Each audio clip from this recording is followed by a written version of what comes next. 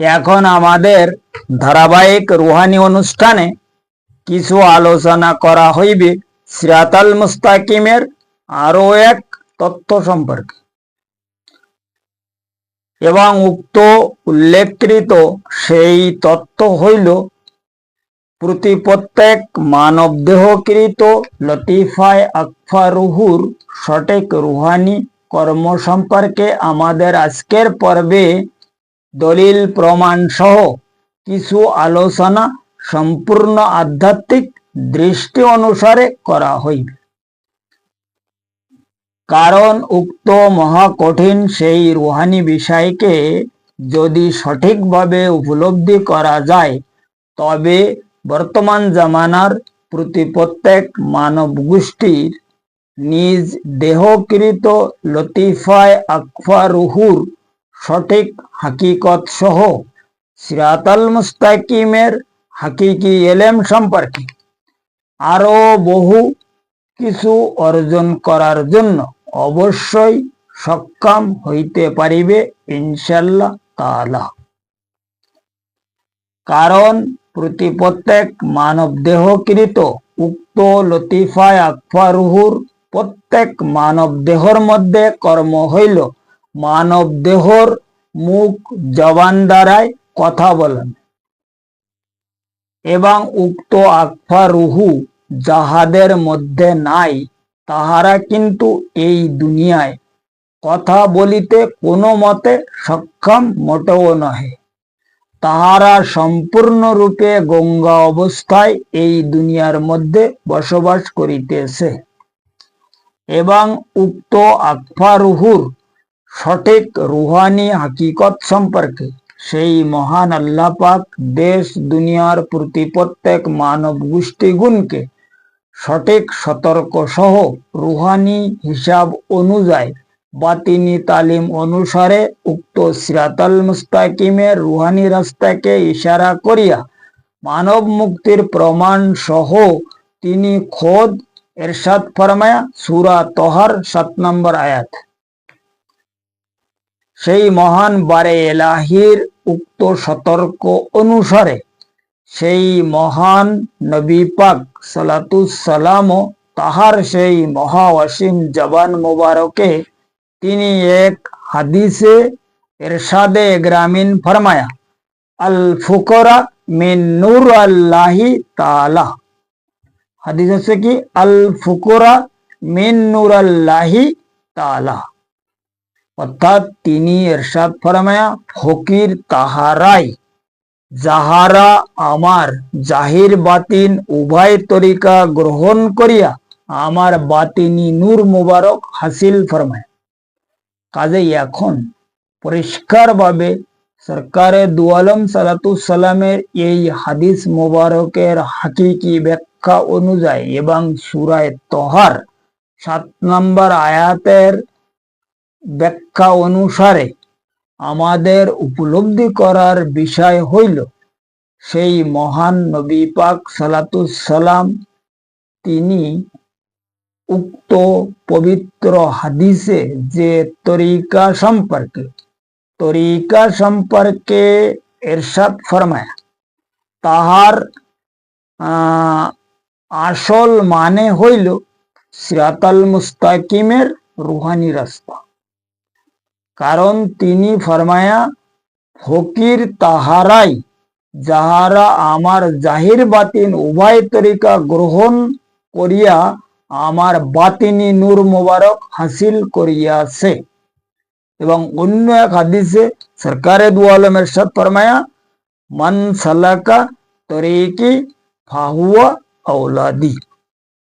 এখানেও তিনি এই বয়ান ফরমায়া, এই হাদিসেও তিনি ফরমায়া যে সেই মহান আল্লাহ রাব্বুল আলামিন ইজ্জতের পবিত্র ধর্ম সম্পর্কে যাহারা উক্ত পবিত্র ধর্মের জাহির বাতিন উভয় তরিকা অবলম্বন করিয়া আমার বাতিনি নূর মোবারক হাসিল করার জন্য সক্ষম হয়েছে, তাহারাই আমার আহলে বায়াত। আর যাহারা আমার উক্ত নূর মোবারক হাসিল করিয়াছে তাহারাই আমার মতলব নায়েব। বা আওলাদ, তাহারাই হইল তাহার আওলাদ, অর্থাৎ ফাহুয়া আওলাদ ফরমায়, তাহারাই হইল আমার আওলাদ। এখন যাহারা তাহার নূর মুবারক হাসিল করার জন্য সামিল হইয়াছে, অর্থাৎ সিরাতাল মুস্তাকিমের রাস্তায় সামিল হইয়াছে, তাহারাই হইল তাহার আহলে বায়াত অর্থাৎ নায়েবে রাসূল। আর যাহারা প্রকৃতপক্ষে তাহার উক্ত পবিত্র নূর মুবারক হাসিল করিয়াছে, তাহারাই তাহার রুহানি আওলাদ।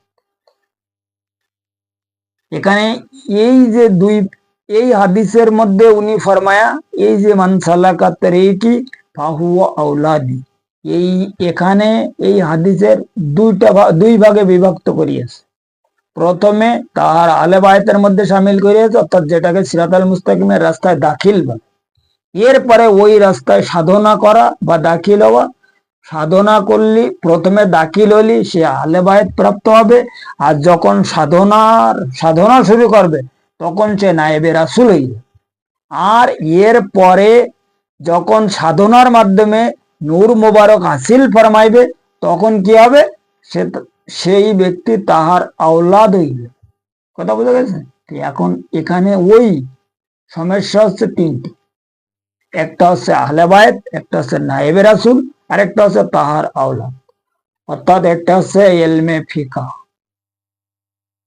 কৃত এলেম, একটা হইল ইলমে তাসাউফ কৃত এলেম, আর একটা হইল ইলমে লাদুনি। কথা বোঝা গেছে? যেমন ফানাফির শেখ আকমাল, ফানাফির শেখ মুকাম্মেল। এরপরে ফানাফির রাসূল যখন হাসিল করবে, তিনি তখন তাহাকে এলমে কিছু লাদুনি শক্তি প্রদান করে, যে শক্তির মাধ্যমে, যে এলেম দ্বারা সে হেদায়েতের কাজে সামিল। এরপরে এ তো গেল হুজুর পাকের ফাংশন। এরপরে হুজুর পাক দেখে এই সাধকের, যে ব্যক্তিকে তিনি এলমে লাদুনি শক্তি প্রদান ফরমায়, ওই সাধক যদি ঠিকভাবে অগ্রগামী হতে থাকে, তখন আল্লাহ পাকও খোদ বলে যে এইটারে আমার এই দিক পাঠাও। তখন উনি কি করে, ফানাফির রাসূলের যে মোকাম, এটা অতিক্রম করায়া ফানাফিল্লার মোকামে দাখিল করতে। তা ফানাফিল্লার মোকামে যেই দাখিল করে, তখন ওনার পরিচালক খোদ আল্লাহ।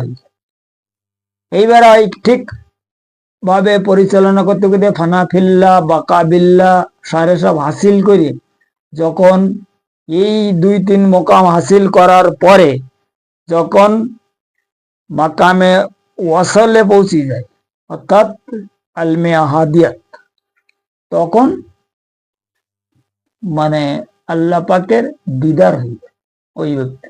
আর দিদার হুজুর পাকই করায়, মানে এই যে সমস্ত মোকাম যেগুলো যেখানে চলে এই ব্যক্তি, যে ফানাফিল্লা বাকাবিল্লা, এইসব মোকামে হুজুর পাক তার সঙ্গে থাকে। আর মোকামের লাস্ট হইল মাকামে মাহমুদ তালা। এই মোকামের যে লাস্ট স্তর হইল মাকামে মাহমুদ তালা। কারণ এখানে কথা ফের আবার নতুন করে বলতে হয়, ফানাফি শেখের যে 3 মোকাম, এটা হইল আলমে নাসুতের মধ্যে। আর এরপরে ফানাফির রাসূলের যে মোকাম, ওই মোকাম শুরু হয় আলমে মালাকুত থেকে জবরুত পর্যন্ত। কথা বোঝা গেছে? এখন আলমে জবরুত পর্যন্ত যখন ফানাফির রাসূলের মোকাম কমপ্লিট হয়ে যায়, এরপরে ফানাফিল্লা শুরু হয়ে যায়। ফানাফিল্লার মোকাম হইল আলমে, মানে ফানাফিল্লার মোকামের লাস্ট স্তর হইল কোন পর্যন্ত? আলমে জবরুত পর্যন্ত, মানে মালাকুত, আনকাবুত ও জবরুত। এই 3 মোকাম অতিক্রম করার পরে তখন ওই ব্যক্তি আলমে লাহুতে পৌঁছে যায়। এবার আলমে লাহুত অতিক্রম করিয়া আলমে ওয়াদিয়াতে পৌঁছয়, ওয়াদিয়াতের পরে মাকামে মাহমুদ। তো মাকামে মাহমুদ হচ্ছে দরবারের রিসালাত। যখন দরবারের রিসালাতে বান্দা পৌঁছে যায়, তখন ওই ব্যক্তিকে, ওই বান্দাকে হুজুর পাক আল্লাহ পাকের সামনে প্রেজেন্ট করে। তো সেই সময় আল্লাহর সঙ্গে তার দিদার হয়। এইবার দিদারে এলাহির পরের থেকে ওই ব্যক্তির ওপরে ডেলি 360 তাজাল্লি শুরু হয়ে। এই হইল মানে এই ব্যক্তিকে বলা হয় মোকাম্মেল কামেল জাত ওলি কিংবা সঠিক একজন মুর্শিদ। এই ব্যক্তি ছাড়া এই মানে মোকাম্মেল কামেল জাত ওলি না। এখানে অলিদের অনেক স্তর আছে, কেউ আলমে নাসুতের অলি আছে, কেউ মালাকুতি অলি আছে, কেউ আনকাবুতি অলি আছে, কেউ জবরুত প্রাপ্ত অলি আছে, কেউ লাহুত প্রাপ্ত, কেউ আহাদিয়াত প্রাপ্ত, কেউ মাকামে মাহমুদ প্রাপ্ত, আবার কেউ আলমে আহাদিয়াত প্রাপ্ত। যারা আলমে আহাদিয়াত পর্যন্ত উপস্থিত হতে পেরেছে তারা হচ্ছে অরিজিনাল মোকাম্মেল কামেল জাত। এরা এই ব্যক্তিরা মানে একজন ব্যক্তিকে ফের উনি খোদ ওই কি কয় ওইটারে আলমে আহাদিয়াত পর্যন্ত পৌঁছতে পারে, কারণ মাকামে আহাদিয়াতে পৌঁছে যাওয়ার পরে ওই ব্যক্তিকে আল্লাহ এবং রাসূল দুইজন মানে একত্রিত ভাবে তাকে পারমিশন দিয়ে দেয় যে তুমি আমার বান্দাদের তালিম টিচিং দিয়ে এ পর্যন্ত নিয়ে এসো। যদি তাকে ডিউটি দেওয়া হয়, সব সব ব্যক্তি কিন্তু ডিউটি পায় না, যারা ডিউটি পায়, যাদেরকে আল্লাহ এবং রাসূল দুইজন কম্প্রোমাইজের মাধ্যমে ডিউটিতে বসায়, এদের কথা বলতেছে। আর এই আলমে নাসুতের মধ্যে যারা ওলি আছে এদেরকে বলা হয় ফকরে বাগ করমওয়ালা ওলি। এখন এই বিলায়াতের তো বহুত স্তর, কথা বোঝা গেছে। এ সম্পর্কে আলোচনা করতে গেলে বহুত লম্বা হয়ে যায়, আর বিলায়াত সম্পর্কে আমি এখন আলোচনা করিতে চাচ্ছি না, বিলায়াতের বিষয়টা একটু পরে আলোচনা করা হইবে।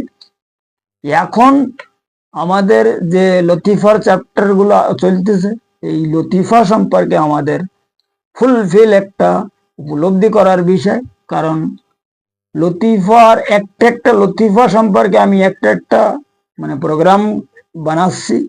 এখন যদি এই প্রোগ্রাম কেউ শোনার চিন্তা ভাবনা করে যে আমাদের এই লতিফা গুলো, যে লতিফা আমরা বলি আমাদের মধ্যে রয়ে আছে, এই লতিফা আমাদের মধ্যে আসলে কি কাম করে, কি কারণে আল্লাহ পাক আমাদের মধ্যে উপস্থিত ফরমায়, এই ব্যাপারে মানুষের প্রথমে উপলব্ধি করার দরকার। যাহার পরে ব্যক্তি সিরাতাল মুস্তাকিমের রাস্তায় চলার জন্য সঠিক সক্ষম অর্জন করিতে পারিবে, নাইতে অন্য কোনো কায়দায় অন্য কোনো প্ল্যানে কোনো ব্যক্তি সিরাতাল মুস্তাকিমের রাস্তায় চলার জন্য মোটেও সক্ষম নয়। তাই সে যতই চেষ্টা করুক না কেন, আর যত বড় এলেমধারী বিদ্যার মহাপণ্ডিত হোক না কেন, পারবে না বাবু। কারণ এখানে সম্পূর্ণ হচ্ছে রুহানিগত ব্যাপার।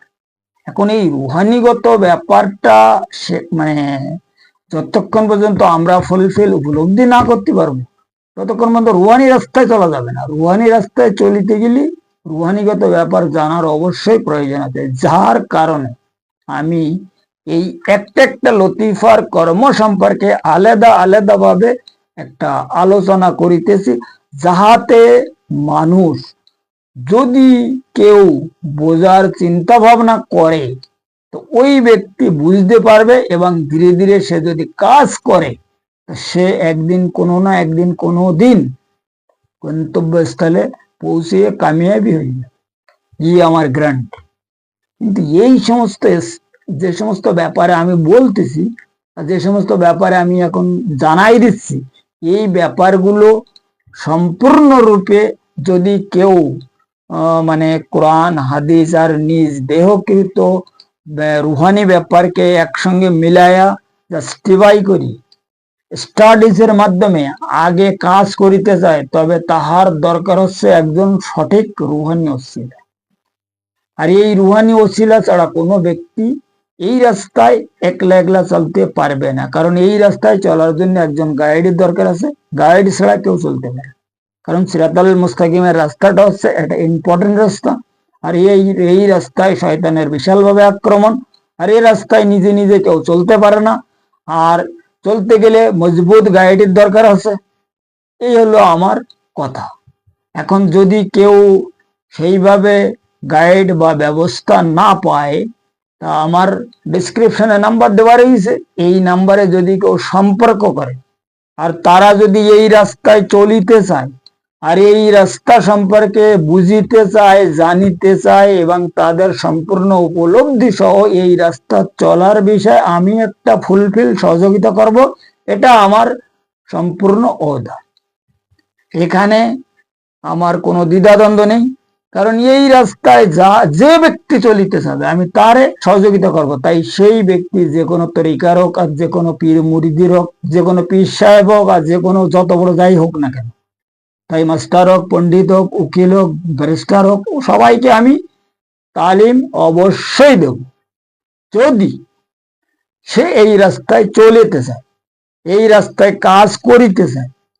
এখানে তো মানে যেটা আল্লাহর তরফ থেকে যে তালিম, যেটাকে সিরাতাল মুস্তাকিমের রাস্তার একটা গাইড বলে, এটা আমি তার করব কিনা সে নিজেই বুঝতে পারবে যে আসলে আমাকে কেউ গাইড করতেছে কিনা।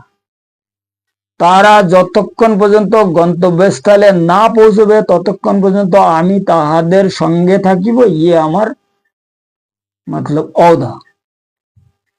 যাই হোক, আজকের আলোচনা এই পর্যন্ত রাখা হইল। আগামী পর্বে সিরাতাল মুস্তাকিমের আরো অন্যান্য বিষয় কিছু আলোচনা অবশ্যই করা হইবে ইনশাআল্লাহ তাআলা, যদি মুর্শিদ কেবলা তাহার নিজ গুণে তিনি দয়া ফরমায়।